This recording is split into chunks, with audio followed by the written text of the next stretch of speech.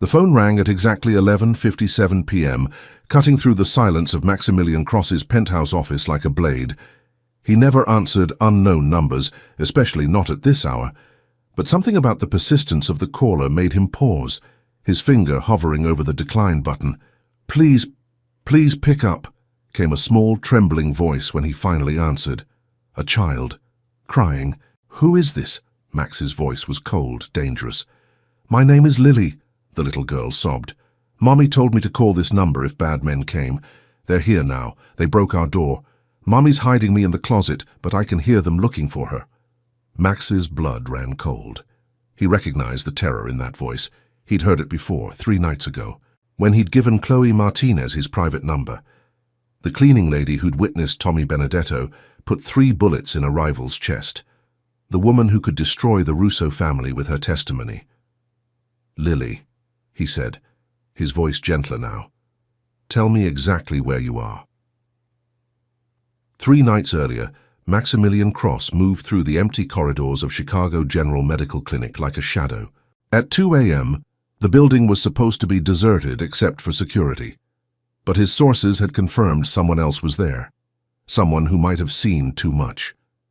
The Russo family had made their move in the clinic's parking lot, thinking they were invisible. Tommy Benedetto had executed a rival gang member with his signature 3-shot pattern, clean and efficient. But the Russos had a fatal flaw. They never checked for witnesses thoroughly enough. Max found her in the 3rd-floor break room, a small woman with tired eyes mopping the floors with mechanical precision. Chloe Martinez, according to his research, 28 years old, single mother, worked 3 jobs to keep herself and her 8-year-old daughter afloat. The kind of person who became collateral damage in his world. She looked up when his shadow fell across the doorway, and he watched her face cycle through confusion, recognition, and fear. Smart woman. She knew danger when she saw it. "You're working late," Max said, stepping into the room. His voice was calm, controlled, the tone that made grown men confess their sins. Chloe's knuckles went white around the mop handle. I have permission to be here. Dr. Mitchell knows I clean after hours. I'm not questioning your right to be here." Max moved closer, noting how she didn't back down despite her obvious fear. Brave. "I'm questioning what you might have seen 3 nights ago, around midnight, in the parking lot." The mop clattered to the floor. "I don't know what you're talking about," she whispered, but her eyes betrayed her. She'd seen everything. Max studied her face, the way her pulse jumped in her throat, the slight tremor in her hands, the protective way she angled her body toward the exit. Every instinct screamed that she was lying, but not out of malice, out of terror. "The men who did what you saw," he said quietly, "they don't leave witnesses alive. Ever. It's not personal, it's policy." Chloe's face went ashen. Are you one of them?" "No." Max pulled out a business card, plain white, just a phone number. "But I know how they operate. When they realize someone saw, they'll come back, they'll ask questions. And when they don't like the answers..." He let the implication hang in the air. "Why are you telling me this?" Chloe's voice was barely audible. "Because dead witnesses can't testify." Max placed the card on the counter between them. "But protected ones can destroy empires." Chloe stared at the card like it was a snake. "What do you want from me?" "The truth. What did you see?" For a long moment, the only sound was the hum of fluorescent lights overhead. Then Chloe's shoulders sagged in defeat. "I was taking out the trash," she said. "I heard voices then, gunshots, 3 of them. I looked out the window and saw a man standing over a body. Tall, thin, wearing a grey coat. He had a scar here." She touched her left temple. "He looked up at the building before he left. I think he might have seen me." Tommy Benedetto. Max's jaw tightened. The Russo family's most efficient killer, and now he knew there was a witness. "You're in danger," Max said simply. "Real danger. The kind that doesn't just threaten you, it threatens everyone you love."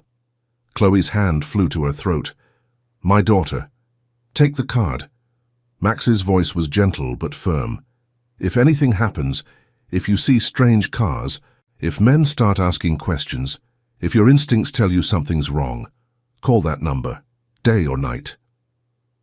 "Why would you help me?" Max looked at this small, brave woman who worked 3 jobs and still found the courage to tell the truth to a dangerous stranger. Because the men who killed that person in the parking lot are my enemies, and my enemies don't get to hurt innocent people in my city. Chloe picked up the card with trembling fingers. What do I tell my daughter? Tell her it's an emergency number. Tell her to memorize it. Tell her if anything ever happens to you, if strange men come, if you're in trouble, if she's scared and alone. She calls that number and asks for help. She's only 8. 8-year-olds can be braver than grown men when they need to be. Max turned to leave, then paused. Mrs. Martinez, don't try to run. They'll find you. Don't go to the police. They have people inside. Just be careful and trust that number. As he walked away, Max heard her whisper, "What's your name?" He stopped but didn't turn around. Someone who keeps his promises. That night, Max had his security team put surveillance on Chloe Martinez and her daughter. Not close enough to alarm them, but close enough to respond if the Russos made their move. He told himself it was strategic. A living witness was valuable. A dead one was useless. But as he sat in his penthouse office reviewing the surveillance photos, he found himself studying Chloe's face. The way she smiled at her daughter despite her exhaustion. The careful way she checked locks and windows now, hyper-aware of danger. The strength in her shoulders as she carried the weight of fear and responsibility. She was beautiful, yes, but it was more than that. There was something about her, a light that hadn't been extinguished despite everything life had thrown at her. In his world of shadows and violence, she was something pure. Max pushed the thought away. She was a witness, a tool, nothing more.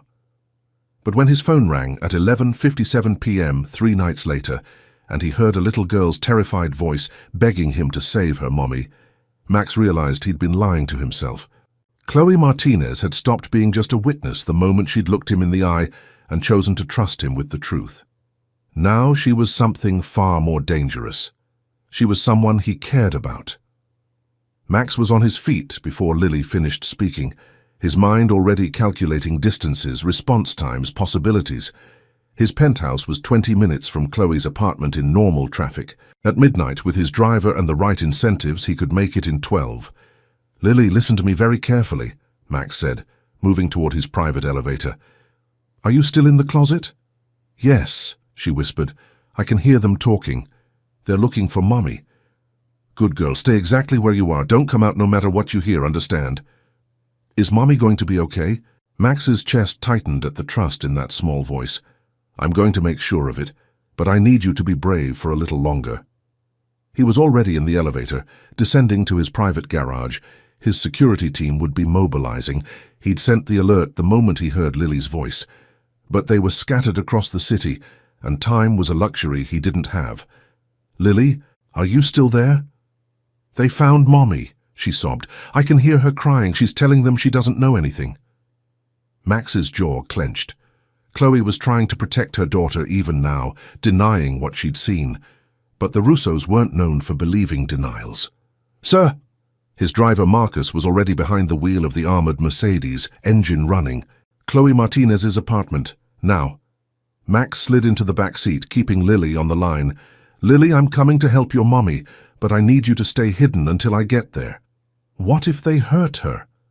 The question hit Max like a physical blow. In his world, violence was currency, fear was leverage, and death was just another business expense. But the thought of Chloe being hurt, of this little girl losing her mother, made something savage and protective roar to life in his chest. "They won't," he said, and meant it. "I won't let them." Through the phone, he heard muffled voices, then Chloe's cry of pain. Max's vision went red. "Marcus, faster!" The Mercedes surged forward, weaving through Chicago's empty streets like a bullet. Max's other phone buzzed, his security team reporting their positions. Vincent Caruso was closest, maybe 8 minutes out. Marco Santangelo was coming from the south side with 2 additional men. But 8 minutes might as well be 8 hours. "Lily," Max said softly, "I need you to tell me exactly what you can hear." "There are 3 of them," she whispered. "One has a scary voice. He keeps asking Mommy about Tuesday night, about what she saw. Tuesday night, The night Tommy Benedetto had executed a rival in the clinic parking lot, the night that had set all of this in motion. "What's your mummy saying?" "She keeps saying she didn't see anything, that she was inside the whole time. But the scary man doesn't believe her." Max closed his eyes. Chloe was still trying to protect herself and her daughter the only way she knew how, with lies. But the Russos hadn't survived this long by accepting convenient denials. "Lily, I'm almost there. When I arrive, there might be loud noises. Don't be scared, okay? It just means I'm helping your mommy." "Are you a police officer?" The innocent question made Max's throat tight. "No, sweetheart. I'm something else, but I promise you, I keep my promises. Your mommy is going to be safe." Through the phone, he heard a man's voice, cold and threatening. "We know you saw Tommy that night. The question is whether you're going to tell us willingly or whether we need to get creative." Then Chloe's voice, stronger than Max expected. "I told you, I didn't see anything. I was inside cleaning. I never went outside." "Funny thing about lying," the man continued. "It gets easier with practice, but it also gets more expensive." Max heard the unmistakable sound of a gun being cocked. "No!" Chloe cried. "Please, I have a daughter. She's just a baby." "Then you should have thought about that before you decided to play witness." Max's phone vibrated with a text from Vincent. 2 minutes out, 2 minutes too long." "Marcus, we're going in hard way," Max said. "Call Vincent, tell him to come in from the back. No survivors except the women." "Yes, sir." Max checked his weapon. A Sig Sauer P226, loaded and ready. He'd killed before, many times, but always for business. Always cold, calculated, necessary. This felt different. This felt personal. "Lily," he said into the phone. "I'm here. I'm coming up now. Remember, stay in the closet no matter what you hear." "Okay," she whispered. "Mr. Max, thank you for coming." Mr. Max. The simple trust in those words nearly undid him. Max ended the call and moved toward the apartment building like death itself. The front door had been kicked in. Sloppy work. The kind of intimidation tactic the Russos favored. They wanted fear, not subtlety. He took the stairs 3 at a time, his footsteps silent on the worn carpet. 3rd floor, apartment 3B. The door was ajar, and he could hear voices from inside. "Last chance, lady. Tell us what you saw or we start taking pieces." "I didn't see anything." Chloe's voice was desperate now, terrified but still defiant. Max appeared in the doorway like a shadow made flesh. 3 men, just as Lily had said, one holding Chloe against the wall, gun pressed to her temple. 2 others ransacking the small apartment, looking for evidence or hiding places. They saw him a split second too late. Max's first shot took down the man holding Chloe before he could react. The second man reached for his weapon but never cleared leather. The third, Tommy Benedetto himself, was faster but not fast enough. In less than 10 seconds, it was over. Chloe stood frozen against the wall, staring at Max with wide, shocked eyes. There was blood on her lip, a bruise forming on her cheek, but she was alive. Whole. "Lily," she whispered. "Where's Lily?" "Safe," Max said, holstering his weapon. "She called me. She's been hiding in the closet." Chloe's legs gave out and Max caught her before she could fall. For a moment, she sagged against him, and he felt the tremor in her small frame, the way she fought to hold herself together. "It's over," he said quietly. "You're safe now." She pulled back to look at him, and Max saw the exact moment she realized who he was. Not a businessman with security concerns, not a good Samaritan who happened to be armed. Something much more dangerous. "Who are you?" she whispered. Before Max could answer, a small voice called from the bedroom. "Mommy? Is it safe now?" And Max realized that the most dangerous thing in his life wasn't his enemies, his empire, or his reputation. It was the way his heart stopped when he heard that little girl call for her mother. "Mommy!" Lily burst from the bedroom closet and ran straight into Chloe's arms, her small body shaking with relief and residual terror. Max watched mother and daughter cling to each other, something unfamiliar twisting in his chest. In his world, family was either a weapon or a weakness. He'd never seen it as this, Pure, desperate love that made a woman face down killers and a child brave enough to call a stranger for help. "We need to leave," Max said quietly. "Now. More will come when these three don't report back." Chloe looked up from where she knelt holding Lily, her eyes moving from Max to the three bodies on her living room floor. "You killed them." "Yes, just like that. Just like that." Max's voice was matter-of-fact. "They came here to murder you and your daughter. I stopped them." Lily peeked out from her mother's embrace, studying Max with the fearless curiosity of childhood. "Are you Mr. Max? The one I called?" "I am. You came really fast. I promised I would." Chloe stood slowly, keeping Lily close. "What happens now? Do we call the police?" Max almost smiled at her naivety. "The police can't protect you from the Russo family. They have judges, cops, prosecutors on their payroll. You'd be dead within a week." "Then what?" "You come with me." Max pulled out his phone, texting his cleanup crew. "Pack whatever you and Lily need for a few days. We leave in 5 minutes." "I'm not going anywhere with you," Chloe said, her voice stronger now. "I don't even know who you are." "Mommy," Lily tugged on her mother's shirt. "He saved us. He's one of the good guys." If only it were that simple. Max crouched down to Lily's eye level, his voice gentle. "Lily, can you go pack some clothes and toys just for a few days, like a sleepover?" "Where are we going?" "Somewhere safe." Lily looked between Max and her mother, then nodded and scampered toward the bedroom. Smart kid. She understood more than she let on.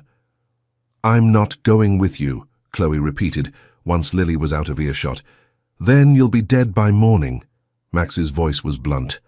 "The Russo family doesn't forgive and they don't forget. You've seen too much, and now you've cost them 3 soldiers. I didn't ask for any of this." "No, you didn't." Max's expression softened slightly. "You were just trying to work, trying to take care of your daughter, but that doesn't change reality. Anthony Russo will send more men, better men, and next time I might not get here in time." Chloe's hands shook as she ran them through her hair. "This is insane. This morning I was worried about paying rent, and now you're under the protection of the most powerful crime family in Chicago." The words hung in the air like a confession. Chloe stared at him, pieces clicking into place. "You're not a businessman, are you?" "No. You're one of them. A criminal." Max stood, his full height imposing in the small apartment. "Yes. Oh God." Chloe backed toward the wall. "I put Lily in danger with criminals." "You've put Lily under the protection of someone who can actually keep her safe." Max's voice was patient but firm. "The Russos are coming whether you trust me or not. The question is whether you want to face them alone or with an army at your back." "I don't want any army. I just want my normal life back." "Your normal life ended the moment you looked out that window." Max moved closer, his voice gentle but implacable. "I'm sorry. I know it's not fair, but fair doesn't matter anymore. Only alive matters." Footsteps on the stairs made them both freeze. Max drew his weapon in one fluid motion, positioning himself between Chloe and the door. "Boss." Vincent Carusso's voice called from the hallway. "Clear," Max replied, holstering his gun. "Come in." Vincent entered with 2 other men, their eyes quickly cataloging the scene. Professional cleaners. They'd make the bodies and evidence disappear like they'd never existed. "Mrs. Martinez." Vincent nodded respectfully to Chloe. "Mom." "Vinny, this is Chloe and her daughter Lily. They're under family protection now." Vincent's eyebrows rose slightly. Max had never extended family protection to civilians before, but he simply nodded. "Understood, boss. We'll have this cleaned up in 30 minutes. "Mommy?" Lily appeared in the bedroom doorway with a small backpack. "I packed my clothes and Mr. Bunny." Chloe looked at her daughter, so small, so trusting, so completely dependent on her mother's choices, and Max saw the moment she realized she had no real choice at all. "Okay," she whispered. "Okay, we'll come with you. But I want answers. Real answers." "You'll get them," Max promised. 20 minutes later, they were in the back of Max's Mercedes, driving through Chicago's empty streets toward his estate in Lake Forest. Lily had fallen asleep against her mother's shoulder, exhausted by the night's trauma. Chloe stared out the window, watching her old life disappear behind them. "The men who came tonight," she said quietly, "they would have really killed us." "Yes." "Even Lily?" Max's jaw tightened. "The Russo family doesn't believe in leaving loose ends." "And you? What do you believe in?" Max considered the question. A week ago he would have said power, control, respect through fear. But looking at this woman who'd risked everything to tell him the truth, who'd faced down killers to protect her daughter, who was now trusting him with both their lives.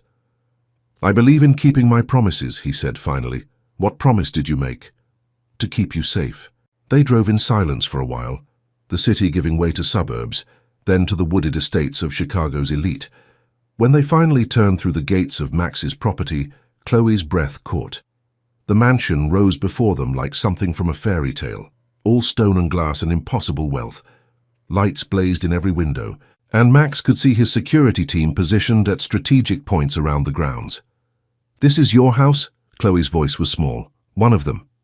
She looked down at her daughter, still sleeping peacefully, then back at the mansion. "What have I gotten us into?" Max studied her profile in the dim light, the elegant line of her neck, the way she held Lily protectively even in sleep, the quiet strength that had kept her going through years of struggle. "Something that's going to change everything," he said softly. As they pulled up to the front entrance, Max realized he wasn't just talking about her life.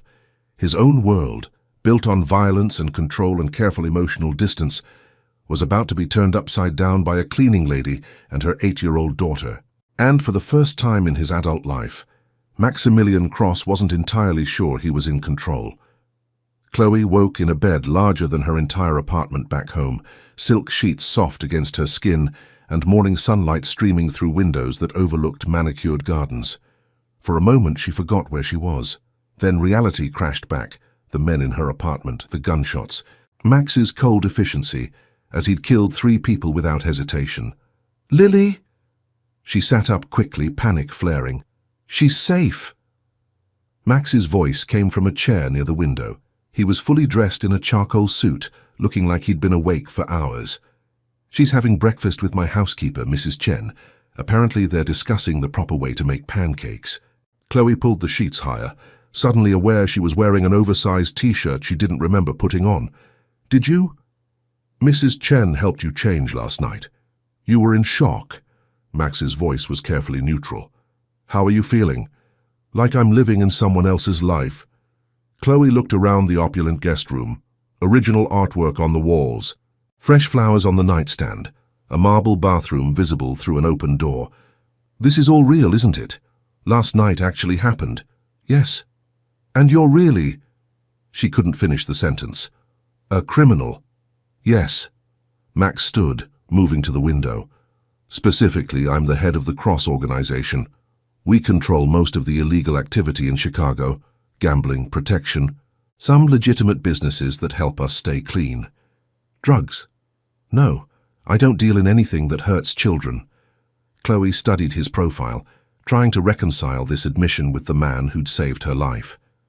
"Why are you telling me this?" "Because you deserve the truth, and because you're going to be here for a while, you need to understand what you're dealing with." "How long is a while?" Max turned to face her, and Chloe saw something flicker in his dark eyes. "Until the threat is eliminated." "You mean until the Russo family is—" "Dead, yes." The casual way he said it made Chloe's stomach clench. "You're going to kill them all?"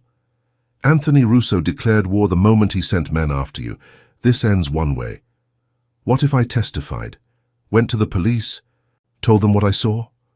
"You'd be dead before you reached the courthouse steps." Max's voice was matter-of-fact. "The Russos own half the police force and most of the judges. Your testimony would disappear, and so would you." Chloe felt the walls of her new reality closing in. "So I'm a prisoner here. You're under protection here. There's a difference." "Is there?" Before Max could answer, the door burst open and Lily bounded in, her face bright with excitement. "Mommy, you have to see this place. There's a pool and a library, and Mrs. Chen says there might be horses." "Horses?"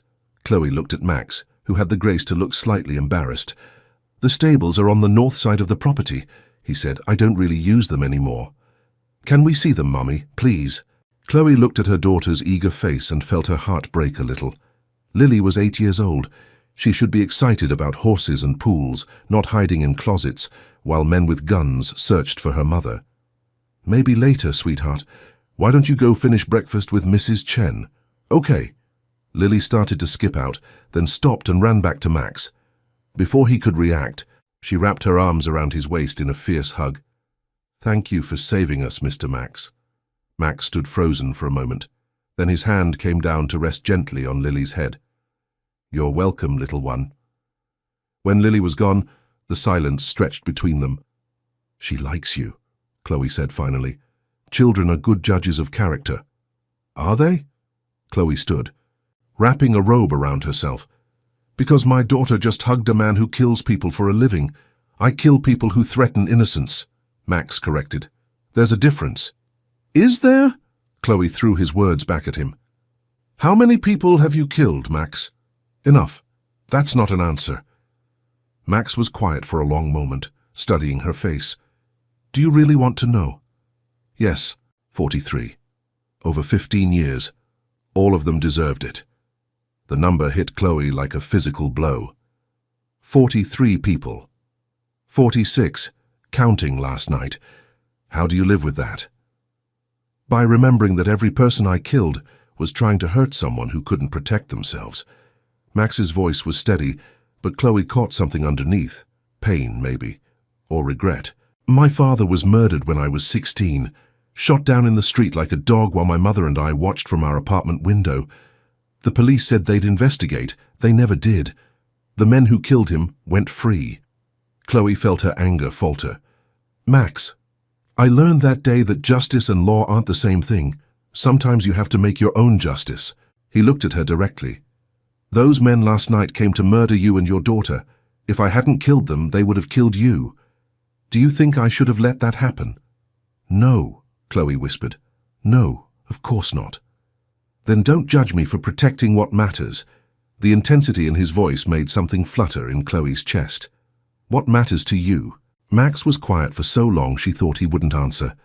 Then, "You, Lily. Keeping you both safe." "Why?" The question came out softer than she intended. "Why do we matter to you?" Max moved closer, and Chloe found herself backing against the window. "Because when you looked me in the eye that night at the clinic, you chose to trust me with the truth. Because you work 3 jobs and still find time to read bedtime stories. Because you face down killers to protect your daughter. Because what?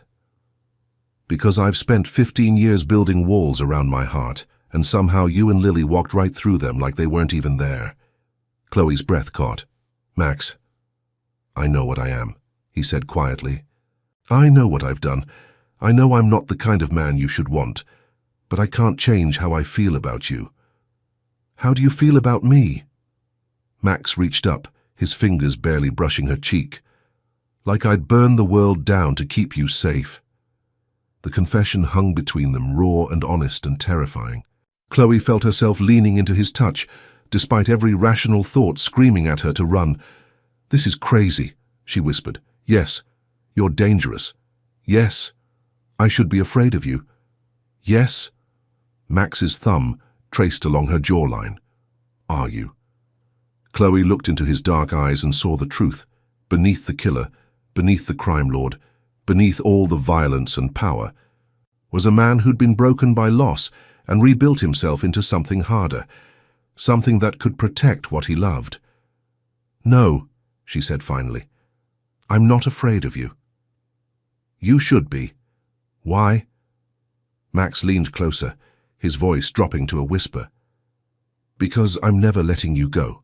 The attack came at dawn.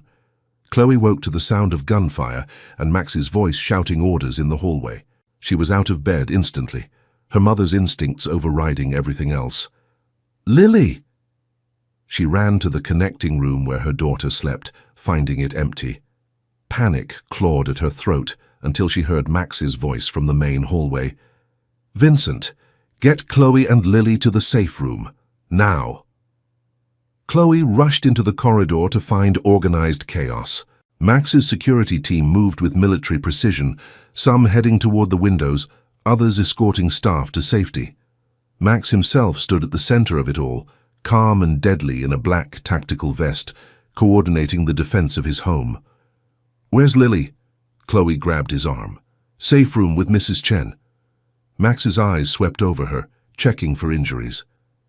"Vincent's going to take you there." "What's happening?" "Anthony Russo brought the war to my doorstep."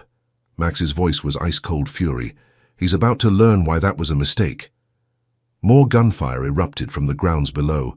Through the windows, Chloe could see muzzle flashes in the pre-dawn darkness, Max's men holding defensive positions around the estate. "Boss?" Vincent appeared at Max's shoulder. "Mrs. Martinez, we need to move. Now." "Go," Max said to Chloe. "I'll come for you when it's over." "What if—" "I'll come for you," Max repeated, his voice fierce with promise. "No matter what." Vincent led Chloe through a maze of corridors to a hidden door behind a bookshelf. The safe room beyond was like a small apartment. Comfortable furniture, supplies, communication equipment. Lily sat on a couch with Mrs. Chen, clutching her stuffed rabbit. "Mommy!" Lily ran to her, and Chloe swept her into her arms. "It's okay, baby. Everything's going to be okay." But as the gunfire intensified outside, Chloe wondered if she was lying. The battle lasted 3 hours. Chloe paced the safe room like a caged animal, listening to the sounds of war raging above them.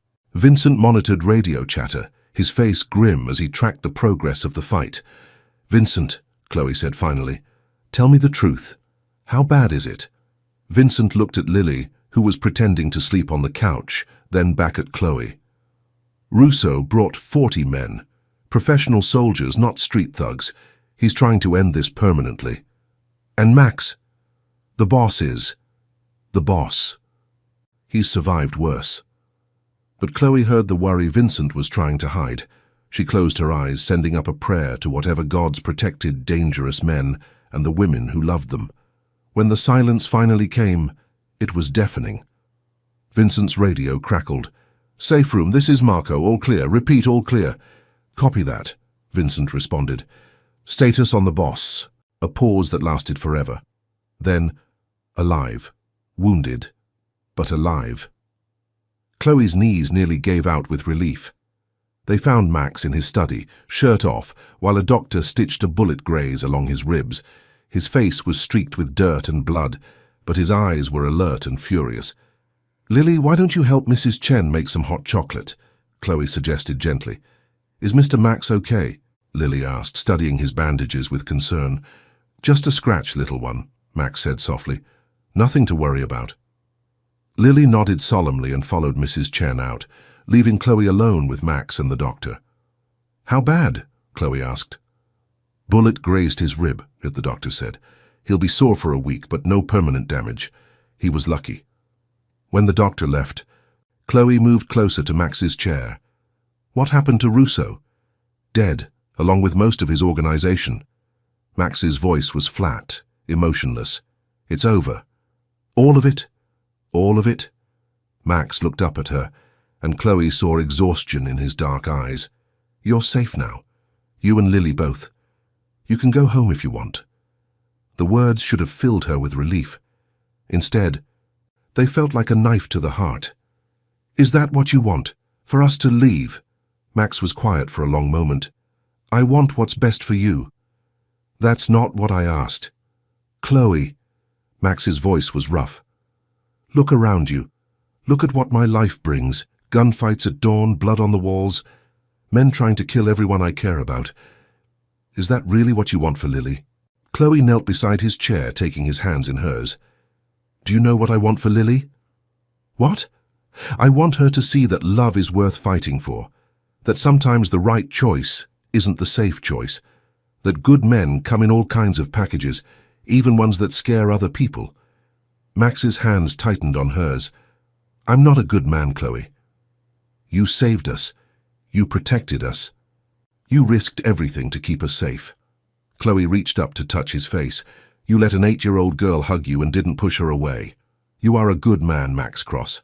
You're just a good man who's had to do terrible things. I'll always have enemies. There will always be danger. Then we'll face it together. Chloe, I love you."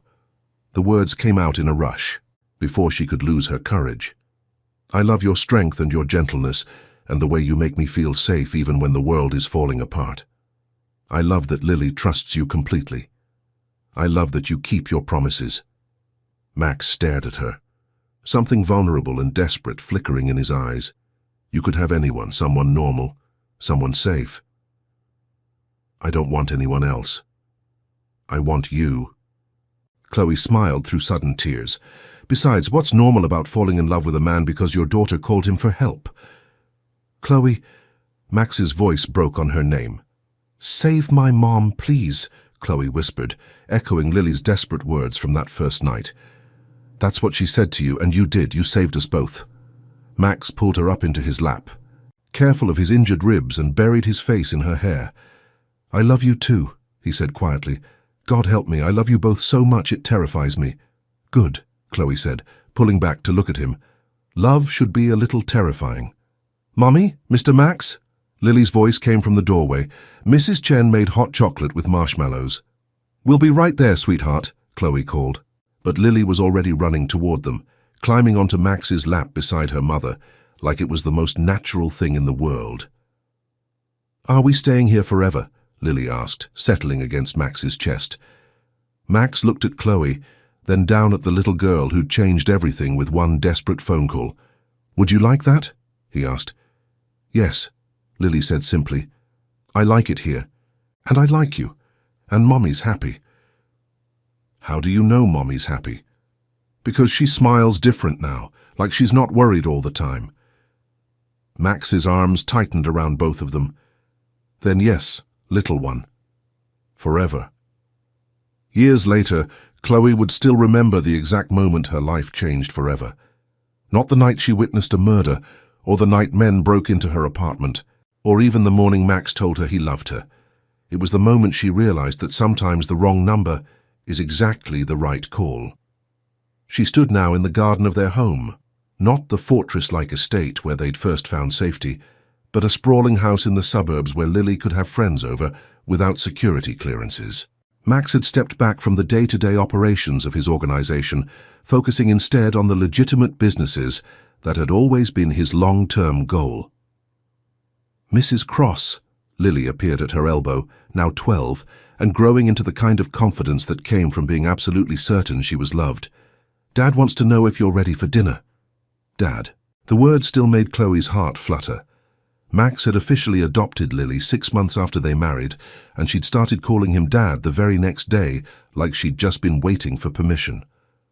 "Tell him 5 more minutes," Chloe said, watching Max through the kitchen window as he helped their 3-year-old son, Michael, wash his hands at the sink. "Are you coming?" Lily asked. "In a minute, sweetheart." Lily skipped back toward the house, her laughter mixing with Michael's delighted squeals as Max lifted him onto the counter. Chloe touched the phone in her pocket, a different number now, but she still kept it close. Not because she expected danger, but because she'd learned that sometimes the most important calls come when you least expect them. Sometimes a little girl's desperate plea for help becomes the beginning of everything beautiful. Sometimes the most dangerous man in the city becomes the safest place in the world. Sometimes love really does conquer all.